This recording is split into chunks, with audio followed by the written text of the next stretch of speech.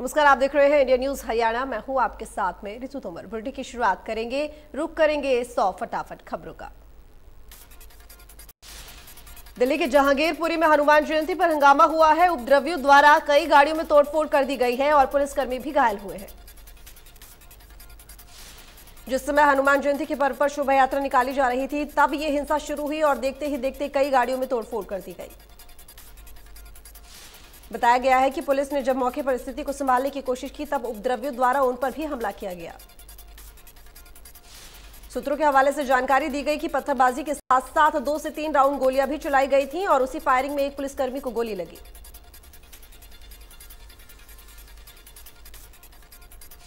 वहीं दिल्ली में बवाल के बाद एनसीआर में अलर्ट जारी कर दिया गया है। गाजियाबाद और नोएडा में प्रशासन को किया गया सतर्क, बॉर्डर पर सख्ती बढ़ाने के आदेश।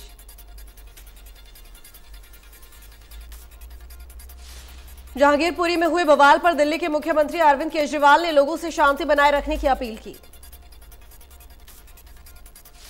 उन्होंने केंद्र पर आरोप लगाते हुए कहा कि दिल्ली की सुरक्षा केंद्र की जिम्मेदारी है। महाराष्ट्र के बाद यूपी में गरबाया अजान का मुद्दा। अलग अलग जिलों में बीच सड़क पर पढ़ा गया हनुमान चालीसा का पाठ। लाउड स्पीकर पर अजान पर रोक लगाने की मांग।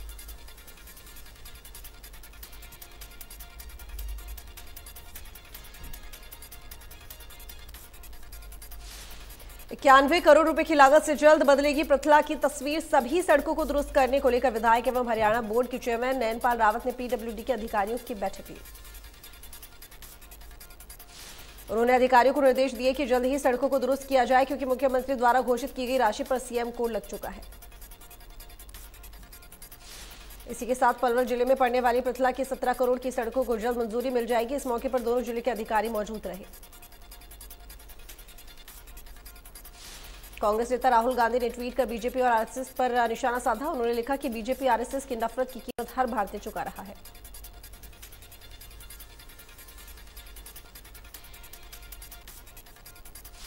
पंजाब में भगवंत मान की सरकार ने जनता से किए अपने वादों को अमलीजामा पहनाना शुरू कर दिया है। इसी के तहत राज्य में मान सरकार ने मुफ्त बिजली देने की घोषणा कर दी है। पंजाब की आम आदमी पार्टी सरकार ने 1 जुलाई से घरों के लिए 300 यूनिट मुफ्त बिजली देने की घोषणा की। गौरतलब है कि राज्य में भगवंत मान के नेतृत्व वाली सरकार ने कार्यालय में 1 महीना भी पूरा कर लिया है। हाल ही में हिमाचल में सरकार ने 300 यूनिट फ्री बिजली की घोषणा की, जिसे केजरीवाल ने आम आदमी पार्टी की कॉपी बताया। इसी पर हरियाणा के गृह मंत्री अनिल विज ने कहा कि ये फ्री की बीमारी देश में केजरीवाल लेकर आए हैं और आज फ्री के चक्कर में श्रीलंका की क्या हालत हो गई है। हरियाणा में बढ़ते कोरोना के मामलों को लेकर स्वास्थ्य मंत्री अनिल विज ने कहा कि मामले सिर्फ गुरुग्राम में बढ़ रहे हैं, जिसके लिए एसीएस की जिम्मेदारी लगाई गई है। बाकी आधे से ज्यादा हरियाणा में 0 मामले हैं। इनेलो नेता अभय चौटाला ने ओलंपिक से शूटिंग, कुश्ती, तीरंदाजी को हटाए जाने पर कहा कि देश ने इन खेलों में कई मेडल जीते हैं। अभय चौटाला ने कहा कि इन खेलों में कई मेडल जीते हैं, इसलिए केंद्र सरकार से प्रदेश सरकार को इस मामले पर बात करनी चाहिए।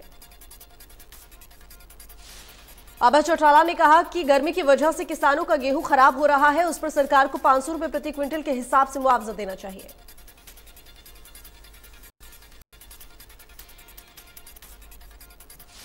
चरखी दादरी के मंगल मार्केट में 17 अप्रैल को सुबह 10 बजे अधिकार सम्मेलन का आयोजन किया गया। सम्मेलन में पूर्व केंद्रीय मंत्री विनोद शर्मा बतौर मुख्य अतिथि शिरकत करेंगे।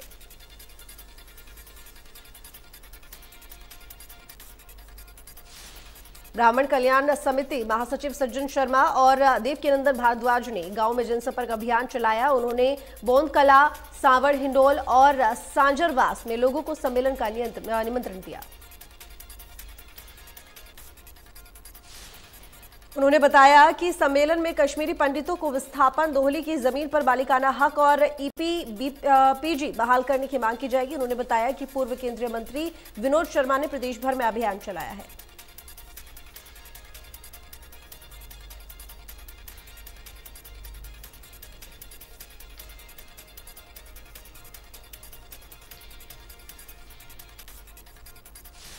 झज्जर पहुंचे आप नेता अशोक तंवर ने कांग्रेस की गुटबाजी पर तंज कसते हुए कहा कि कौन राज्यसभा जाएगा, कौन नेता विपक्ष बनेगा, ये सब कांग्रेस में पहले से तय है।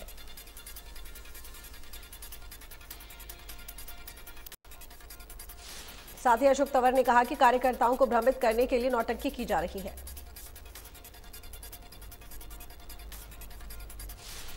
इसके अलावा अशोक तंवर ने कॉमनवेल्थ गेम्स से कुश्ती और तीरंदाजी को हटाने के फैसले को भारत के खिलाफ अंतर्राष्ट्रीय साजिश बताया। तंवर ने कहा कि भारत सरकार मजबूती से कुश्ती और तीरंदाजी की पैरवी करे। हरियाणा के कृषि मंत्री जेपी दलाल ने महम अनाज मंडी का दौरा किया। साथ ही अधिकारियों को गेहूं के जल्द उठान के दिशा निर्देश दिए। इस दौरान जेपी दलाल ने कहा कि इस बार गेहूं का भाव अधिक मिल रहा है। जेपी दलाल ने गेहूं के अवाक कम के बारे में कहा कि मंडी से बाहर किसान को फसलों का अच्छा भाव मिल रहा है। उन्होंने इसके अलावा नगरपालिका चुनाव को लेकर कार्यकर्ताओं के साथ मीटिंग की। इस दौरान उन्होंने कहा कि भाजपा सरकार किसान हितैषी है। हिसार जिले की मंडियों में गेहूं की आवक शुरू हो गई है, लेकिन इस बार पिछले साल के मुकाबले कम किसान मंडियों में गेहूं बेचने के लिए आ रहे हैं। मंडियों में गेहूं की खरीद सरकार की तरफ से निर्धारित न्यूनतम समर्थन मूल्य 2015 रुपए प्रति क्विंटल के हिसाब से की जा रही है। मार्केट कमेटी अधिकारियों के माने तो गेहूं कम आने का कारण गेहूं की पैदावार कम हुई है और किसानों ने गेहूं को स्टॉक कर लिया है। अब तक 1782 क्विंटल आ चुके हैं। थानेसर अनाज मंडी में गेहूं का उठान नहीं होने से किसान और आढ़ती परेशान है। व्यवस्थाओं का जायजा लेने के लिए विधायक सुभाष सुधा ने अनाज मंडी का निरीक्षण किया।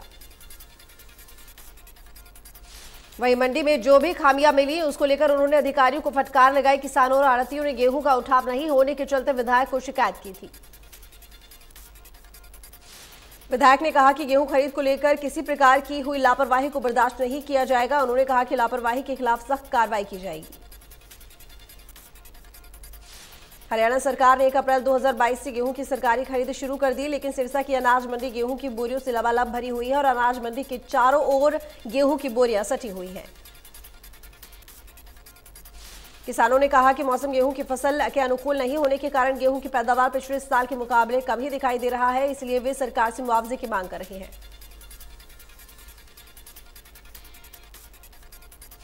अखंड भारत संदेश यात्रा का रेवाड़ी पहुंचने पर फूल मालाओं से भव्य स्वागत किया गया। यात्रा का समापन 18 अप्रैल को सोनीपत में होगा।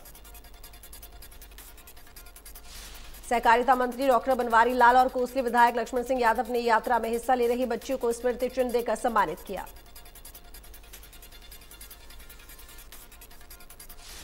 देश में इन दिनों भीषण गर्मी पड़ रही है और गर्मी के चलते पानी की खपत भी बढ़ गई है और इसी बीच करोड़ों रुपए की लागत से तैयार लघु सचिवालय में पिछले 4-5 दिन से पानी की सप्लाई नहीं हुई है। यह भवन प्रदेश का पहला ISO सर्टिफाइड भवन है, लेकिन पिछले करीब 4-5 दिनों से इस आलीशान लघु सचिवालय भवन में अधिकारी और कर्मचारियों को पानी के लिए भटकना पड़ रहा है। वहीं उपायुक्त अजय कुमार ने जन स्वास्थ्य अभियांत्रिकी विभाग के अधिकारियों और कर्मचारियों को पानी की आपूर्ति जल्द से जल्द करने के आदेश ही नहीं दिए, बल्कि जमकर लताड़ भी लगाई। अप्रैल का महीना आधा निकल चुका है और गर्मी अपने शबाब में आने लगी है। मौसम विभाग ने चेतावनी जारी की है कि दिल्ली, पंजाब, हरियाणा और चंडीगढ़ में अगले कुछ दिनों तक लू की संभावना है, जबकि राजस्थान, मध्य प्रदेश समेत मध्य भारत राज्यों में गर्मी और बढ़ने वाली है। जबकि गुजरात, बिहार, छत्तीसगढ़ और झारखंड समेत उत्तर पश्चिम राज्यों में तापमान में 2 से 4 डिग्री सेल्सियस तक बढ़ोतरी हो सकती है। झज्जर में बिजली कट की वजह से हाहाकार मचा हुआ है, जहां लोगों को चिलचिलाती गर्मी की वजह से भारी परेशानी हो रही है। रोहतक में बिजली की बढ़ती मांग के बाद बिजली वितरण निगम ने भी अभियान चलाया हुआ है, जिसके तहत बिजली चोरी और बकाये जैसी समस्याओं का निस्तारण किया जा रहा है। रोहतक जिले में करीब 670 करोड़ रुपए का बिजली बिल लोगों पर बकाया है। बताया जा रहा है कि भालौट गांव पर बिजली विभाग का सबसे ज्यादा बिल बकाया है। भालौट गांव के लोगों पर करीब 43 करोड़ रुपए बकाया है। वहीं बिजली विभाग शहर और ग्रामीण क्षेत्रों में बिजली बिलों को लेकर रिकवरी करने को लेकर डिफॉल्टरों के घरों और खेतों के बिजली के कनेक्शन काटे जा रहे हैं। हरियाणा कौशल रोजगार निगम के खिलाफ नगरपालिका कर्मचारी संघ के कर्मचारियों ने आवाज बुलंद कर दी है। वहीं सिटी मजिस्ट्रेट के माध्यम से मुख्यमंत्री को ज्ञापन भेजकर ठेका प्रथा खत्म करने के अलावा कच्चे कर्मचारियों को पक्का करने की मांग की गई है। बल्लभगढ़ के विजयनगर में मोबाइल टावर लगाए जाने का लोगों ने विरोध किया और कहा किसी भी सूरत में टावर लगने नहीं दिया जाएगा। एनएचएम आउटसोर्सिंग के तहत लगे कर्मचारियों का धरना प्रदर्शन 16वें दिन भी जारी रहा है। कर्मचारियों ने काले कपड़े और काले बिल्ले लगाकर प्रदर्शन किया। कर्मचारियों ने कहा कि जब कोरोना काल में उनकी जरूरत थी तब उनसे काम लिया गया और अब उनको अचानक से निकाल दिया गया। सिरसा के थेहड़ से हुड्डा के हाउसिंग बोर्ड के फ्लैट्स में शिफ्ट किए गए लोग इन दिनों पानी की किल्लत से जूझ रहे हैं। कॉलोनी वासियों ने कई बार प्रशासन से गुहार लगाई, लेकिन समस्या के समाधान नहीं होने से उन्होंने कॉलोनी के मेन गेट को आधे घंटे तक बंद कर दिया और प्रशासन के खिलाफ नारेबाजी की।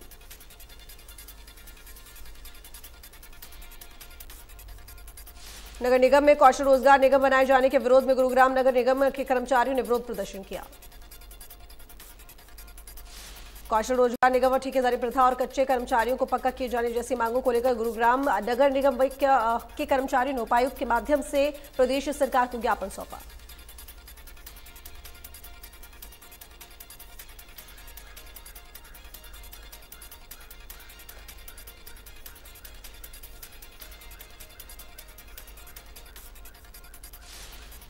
जुलाना के गांव लजवाना कला और अकालगढ़ के खेतों में 2 दिन पहले लगी आग से सैकड़ों एकड़ खड़ी और कटी गेहूं की फसल जलकर राख हो गई, जिसका जायजा किसान नेता गुरनाम सिंह चुड़ू ने लिया।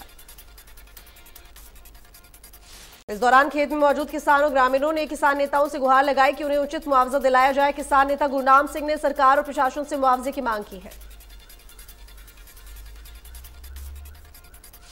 फरीदाबाद में फिर सामने आई नगर निगम की लापरवाही। पाइप डालने के लिए खोदे गए 10 से 12 फीट गड्ढे में गिरा 10 साल का बच्चा। आसपास के लोगों ने सीढ़ी लगाकर बच्चे को बाहर निकाला।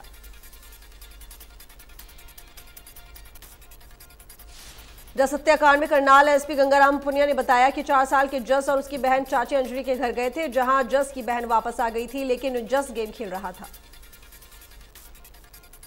एसपी ने बताया कि इसी दौरान उसकी चाची अंजलि ने चार्जर के वायर से जस का गला दबाया, लेकिन वायर ढीली रही। दूसरी बार में अंजलि ने यह सोचकर वायर कसकर दबाई कि जस घर जाकर सच्चाई न बता दे।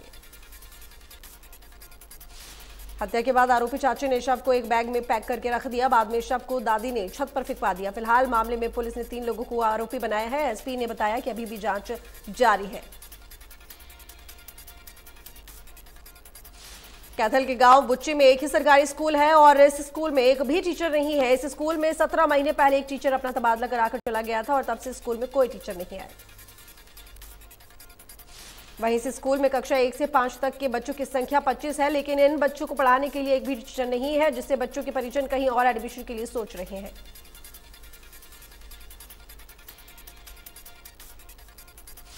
फरीदाबाद के सेक्टर में निर्माणाधीन बिल्डिंग से गिरकर एक मजदूर की मौत हो गई। बताया जा रहा है कि निर्माणाधीन बिल्डिंग की 8वीं मंजिल पर बिहार के कटिहार का निवासी एक मजदूर काम कर रहा था। इसी दौरान संतुलन बिगड़ने से 8वीं मंजिल से गिरकर मजदूर की मौत हो गई। मजदूर की मौत की सूचना मिलने के बाद पुलिस मौके पर पहुंची और शव को पोस्टमार्टम के लिए भिजवाया। साथ ही मजदूर के परिजनों को सूचना दी। मौके पर पहुंचे अग्रसेन पुलिस चौकी इंचार्ज राजेंद्र सिंह ने बताया कि पुलिस जांच कर रही है और ये मामला लापरवाही का है।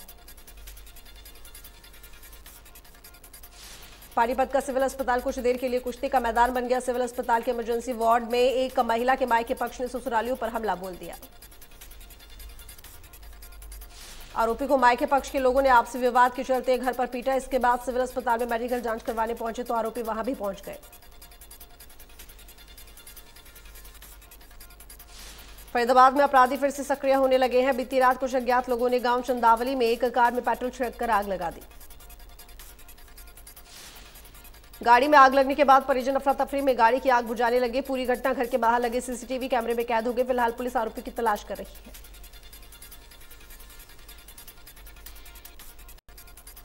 मानेसर के खो गांव के कबाड़ में आग लग गई और दूर तक धुएं का गुब्बार उड़ता दिखाई दिया। दमकल विभाग की टीम ने आग पर काबू पाया। आग के कारणों का पता नहीं चल पाया।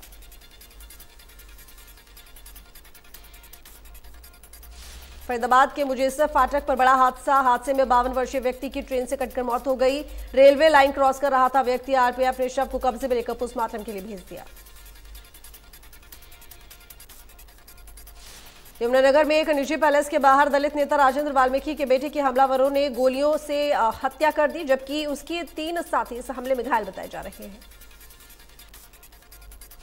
दलित नेता के बेटे के हत्यारों की गिरफ्तारी की मांग को लेकर लोगों ने लगाया जाम। भारी पुलिस फोर्स तैनात, पुलिस प्रशासन के खिलाफ नारेबाजी।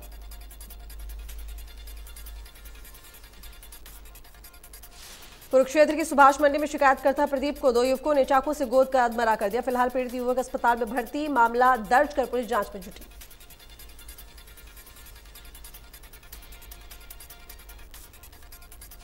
कुरुक्षेत्र पुलिस ने पिपली में नाकाबंदी कर बास से भरी पिकअप गाड़ी को पकड़ा है, जिसमें भारी मात्रा में मास्क मिला है। वहीं गाड़ी में मिले मास्क की जांच की जा रही है। फिलहाल पुलिस ने गाड़ी चालक को हिरासत में ले रखा है और पूछताछ जारी है। पलवल में होडल थाना पुलिस ने एक ऐसे आरोपी को गिरफ्तार किया है जो सड़क मार्गों पर आने जाने वाले लोगों से लूट की वारदात को अंजाम देता था। फिलहाल पुलिस ने आरोपी को अदालत में पेश कर रिमांड पर लिया है ताकि आरोपी से लूट के पैसों को और हथियार को बरामद किया जा सके। गुलाचीका में 3 लुटेरों ने एक दुकान से 2,31,850 रुपए की लूट को अंजाम दिया। सूचना मिलते ही पुलिस मौके पर पहुंची और जांच शुरू की। एक बार फिर से भारत समेत दुनिया भर में कोरोना केस बढ़ने लगे हैं। दिल्ली, गुरुग्राम और मुंबई में कोरोना के नए मरीजों के मिलने का सिलसिला बढ़ रहा है। भारत में पिछले 24 घंटों में कोरोना वायरस के 975 नए मामले, 796 मरीजों ने कोरोना को मात दी, 4 मरीजों की मौत हुई। हरियाणा में कोरोना के 202 नए मामले सामने आए हैं, जबकि 112 मरीजों ने कोरोना को मात दी है।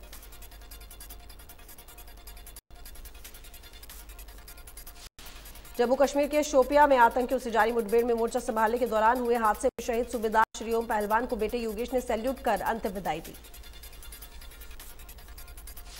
यहां हजारों लोग नम आंखों के साथ शहीद की अंतिम यात्रा में शामिल हुए। इस दौरान पूरा क्षेत्र वंदे मातरम, शहीद श्री ओम अमर रहे और भारत माता की जय के नारों से गूंज उठा। प्रशासनिक अधिकारियों सहित जनप्रतिनिधि एवं हजारों ग्रामीणों ने शहीद को श्रद्धांजलि दी। शहीद के बेटे, पत्नी और पिता ने भी सैल्यूट करके अंतिम विदाई दी।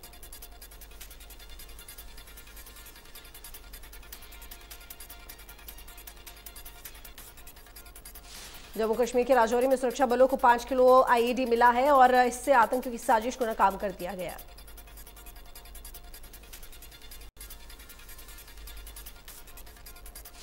यूक्रेन और रूस के बीच 1.5 महीने से ज्यादा वक्त से युद्ध चल रहा है। इस दौरान राष्ट्रपति जेलेंस्की ने कहा कि रूस के हमले में हमारे 3,000 सैनिक मारे जा चुके हैं, जबकि 10,000 जवान घायल हो गए हैं।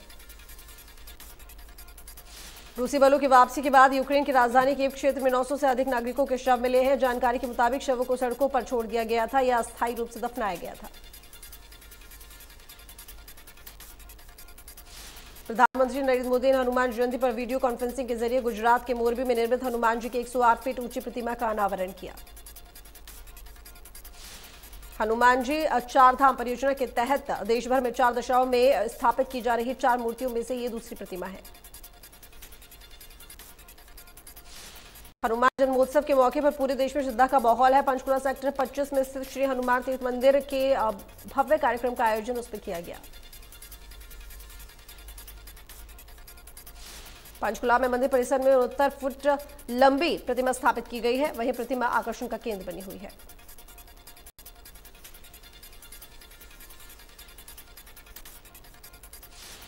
सिरसा सालासर धाम में हनुमान जयंती पर कार्यक्रम का आयोजन किया गया। पिछले 2 सालों से कोरोना के कहर से मंदिरों में धार्मिक आयोजन पर सरकार ने रोक लगाई थी, लेकिन अब कोरोना खत्म होने के बाद मंदिरों में श्रद्धालुओं की भीड़ भी देखने को मिल रही है। हनुमान जयंती को लेकर श्रद्धालुओं में काफी उत्साह देखने को मिला।